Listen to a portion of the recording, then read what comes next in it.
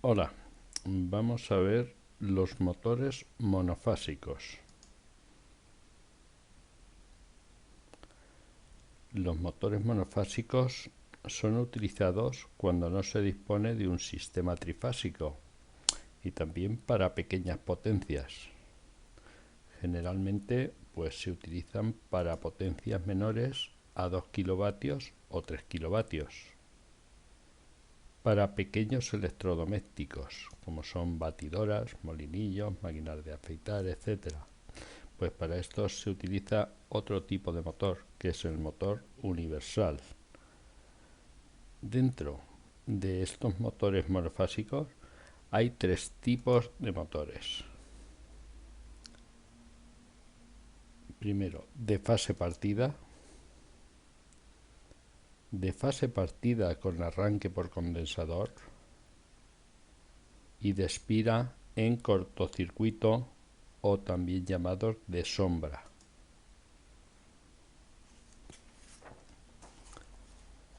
Vamos en primer lugar a ver el funcionamiento del motor monofásico. Los motores monofásicos, pues al igual que los trifásicos, están constituidos por un estator donde se alojan los devanados o bobinas inductoras, un rotor que es el inducido, en jaula de ardilla con barras en cortocircuito. Aquí tenemos una figura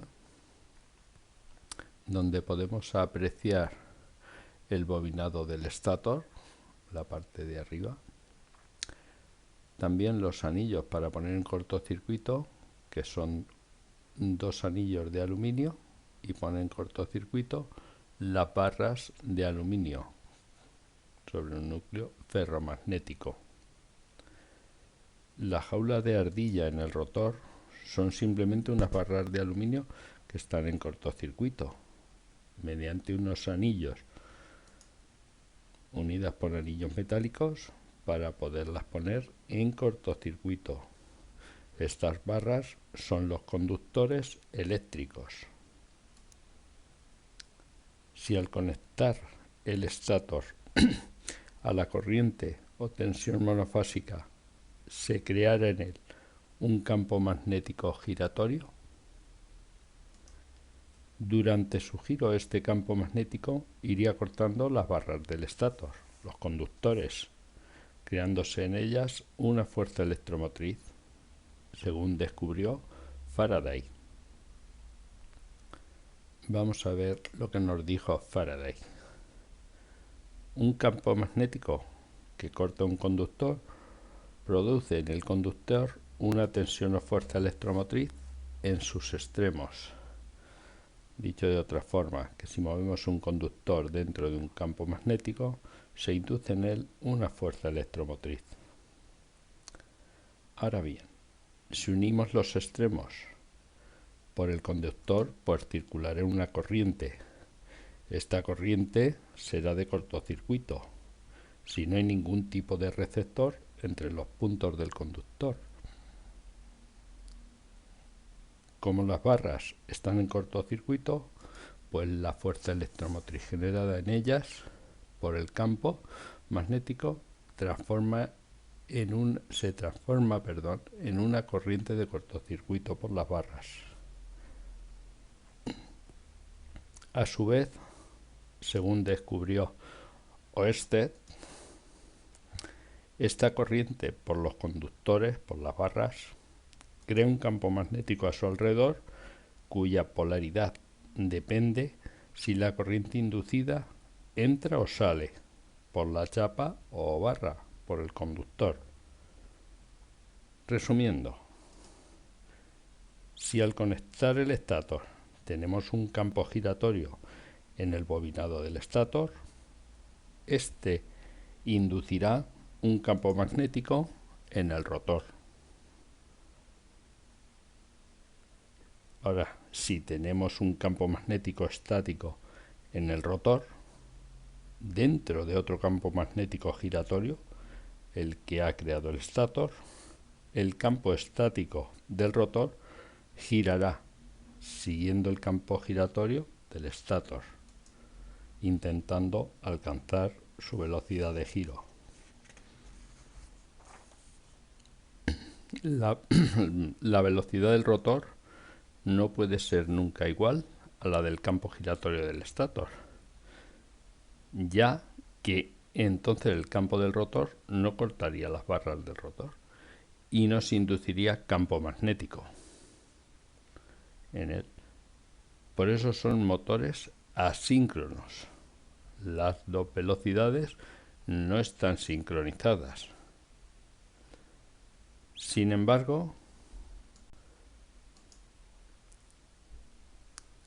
si se utilizara una ayuda como algún medio manual, con la mano, mecánico, auxiliar u otro para ponerlo en marcha, el motor comenzará a girar en el sentido en que es impulsado y aumentará su velocidad hasta acercarse a la velocidad de sincronismo, quedando así en condiciones pues, de trabajar mecánicamente sin ningún tipo de ayuda. Tipos de motores monofásicos. Como ya hemos indicado antes, vamos a ver los tres tipos. El primero es el motor de fase partida, y aquí nos surge la pregunta: ¿cómo producir un campo giratorio a partir de una red monofásica? Pues obteniendo un campo bifásico a partir de dos devanados desfasados en el espacio y recorridos a su vez también por unas corrientes que están desfasadas. Dispone de un bobinado, un devanado auxiliar o de arranque que está desplazado en la construcción físicamente 90 grados del devanado principal.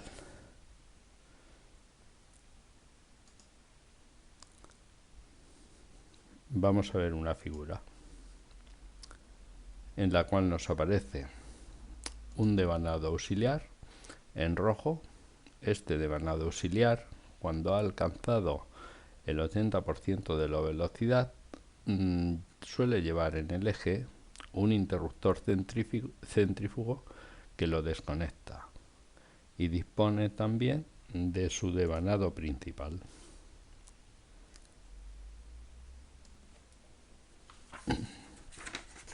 Vamos a ver el siguiente motor.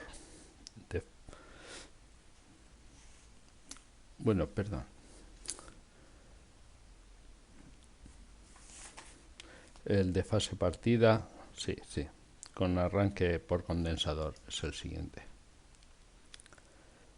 Los devanados se conectan en paralelo con un condensador de arranque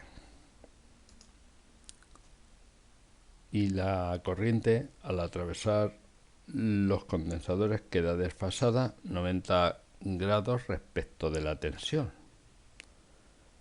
Vemos un esquema de conexión del motor monofásico en el que apreciamos el devanado principal en rojo y el devanado de arranque, el auxiliar, que está en azul. En serie al devanado auxiliar hay un condensador para desfasar la corriente 90 grados respecto a la tensión.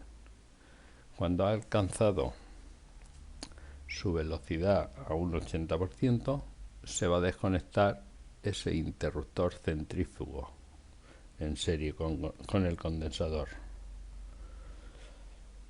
Físicamente podemos ver aquí una imagen de un motor monofásico con condensador, y también los bornes se nombran con las letras U1 y U2 los principios y con Z1 y Z2 los auxiliares. Antiguamente los principios se representaban con las letras U, V y los finales con las letras Z, W, como podemos ver aquí en la imagen de un motor.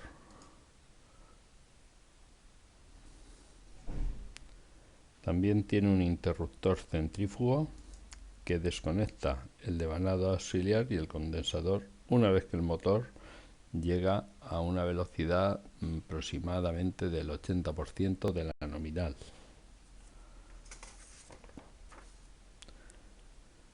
Veamos ahora el cambio de sentido giro de un motor monofásico con condensador. Tenemos una imagen de las dos conexiones. En esta primera giraría hacia la derecha. Como podemos apreciar, la fase alimenta el principio de la primera bobina 1 y el final de la segunda. Alimenta el principio de la primera y pone el condensador con el final de la segunda. El final de la primera bobina y el principio de la segunda se puentea y se conecta el neutro. Como vemos en la imagen, gira hacia la derecha. Para hacer el sentido de giro a la izquierda, figura de la derecha, tenemos el condensador conectado entre la primera bobina U1 y Z1 y se puentean el principio y el final de la segunda bobina U2 y Z2, con lo cual conectamos la fase a la primera bobina y el neutro a la segunda.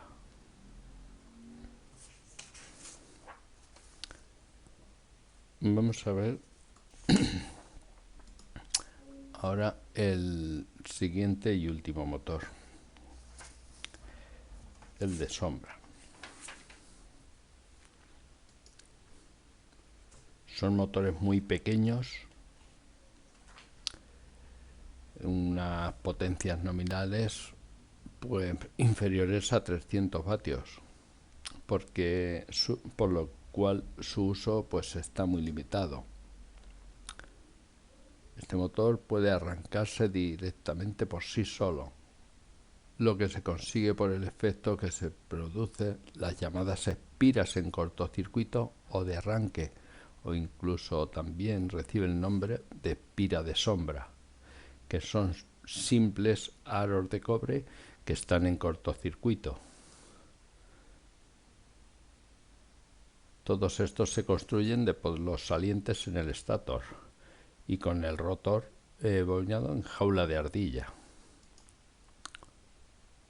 Tenemos aquí una imagen, el bobinado estatórico, y se puede apreciar la espira en cortocircuito.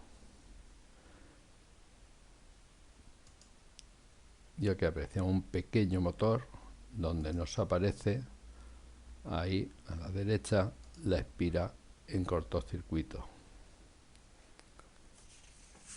Y esto es todo. Gracias.